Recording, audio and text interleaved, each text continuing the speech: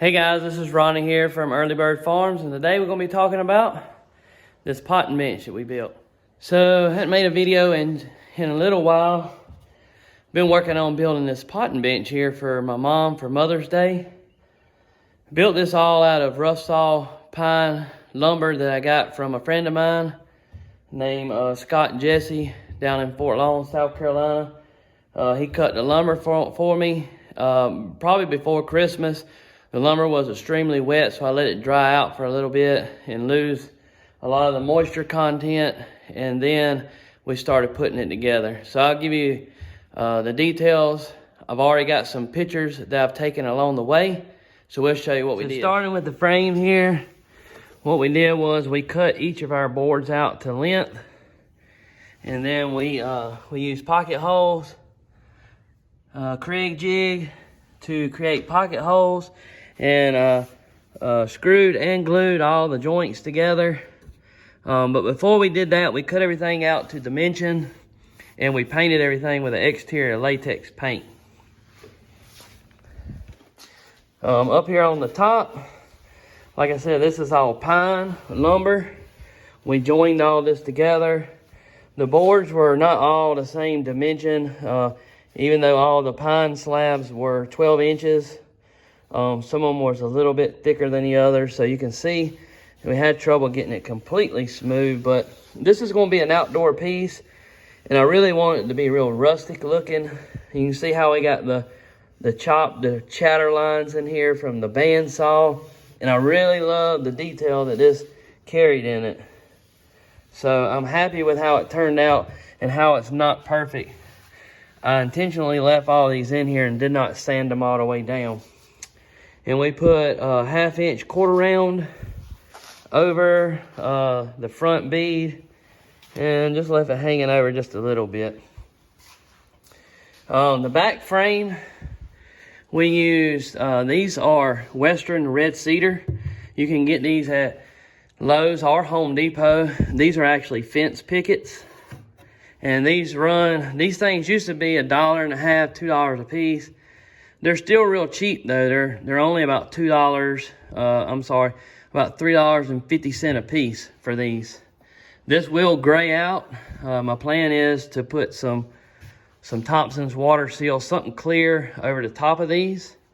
But as you can see, I just cut them to dimensions and stacked them, and then I put some trim to cover up the screw holes. So these were screwed with outdoor screws, similar to these right here.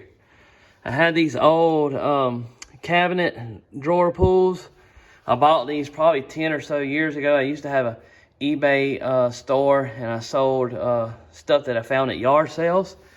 These were some things that I bought one time. I thought they were really cool, antique looking, and I said I'll throw them up on my eBay store. Well, they never sold, and I said, well, I'll use them for something one day.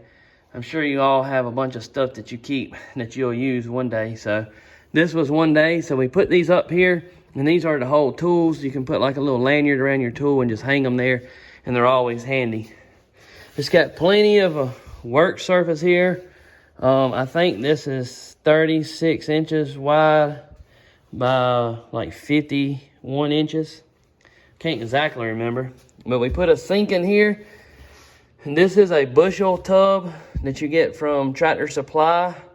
This I didn't do exactly the way I wanted, but this is, when you buy this is bubbled up like this, and it has this little cavity around it. So I beat the hump down, and I bought a drain from Home Depot and put a drain in here, just like that.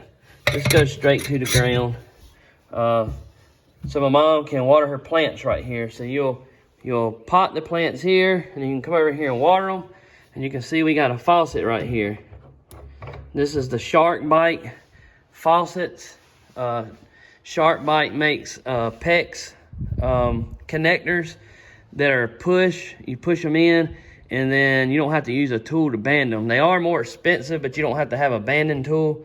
And then, since I was just doing this one project, I didn't want to buy a banding tool. I probably should have, but I didn't. So I'll show you what that plumbing looks like on the back.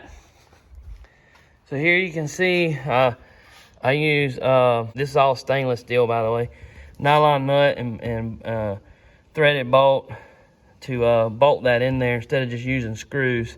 And then these are the sharp bite connectors what I'm talking about. You just push your pipe in here and it connects and it won't come out. So I just got it ran down here to the outside where we have a nipple connector. I will have to buy a female to female connector for this in order to connect the hose pipe to it. So we'll connect the hose pipe, and this will be sitting about 2 or 3 feet from my mom's faucet. We'll put a T on the faucet. One side will go here, and then one side will go to a regular hose pipe. So we also made this shelf here. I just rough joined it together. It is glued, and up under the bracket here, it has pocket hole screws at each joint. So it's not gonna go anywhere. But this is just a top shelf. We put these brackets on here. I had a hard time finding big enough stainless steel screws that were less than a ½ inch long. So these are 5/8, but these are zinc screws. That's the only thing on here that could possibly rust it one day. But I'll give you a shot of what it looks like out here. I'm happy with how it turned out. I was going to build a shelf on the bottom, but I did have some boards left, but I ran out of all of them, and so I don't think it's really needed. We could possibly put a bucket there to catch the water, and then she could use it somewhere else, or we could put a pipe on there to run to one of her flower beds beside it for runoff water. Of course, it won't be a lot.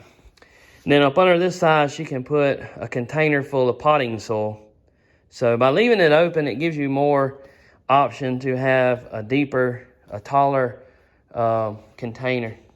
One more thing I did this is all pine lumber, so it's untreated. So every one of the joints, like I said before, is glue, but I made sure I covered all of the end grain with a type 2 tight bond, which is waterproof glue, water resistant. Also, if you notice you can notice there's a little gap right here, and I put like a little glide on the bottom of the leg, so this is up off the ground. I'm gonna put 4 pavers that these will sit on, and then this will keep it from sitting in water, which will in turn keep it from getting water in the end grain. Your end grain is probably your most important part to seal up on any kind of a wood project, because that's where water is most susceptible to enter. So like I said, anywhere we had exposed end grain, we make sure we put paint and wood glue on it, and then on the feet we got it raised up so it can't absorb water. So if you notice, like a door jamb always rots right there at the floor where water beads up on it, and it sucks it up through the end grain. So hopefully this will last a long time, and my mom will be happy with it. And I think this is going to be a good Mother's Day present for her. Hey guys, thanks for watching this video. If you like our channel, please hit that subscribe button down below. We sure would love to have you stick around. Also, make sure you check out one of these 2 videos right here below too. I believe you'll like them just as much. And we'll see you next time on Early Bird Farms SC, where SC stands for South Carolina.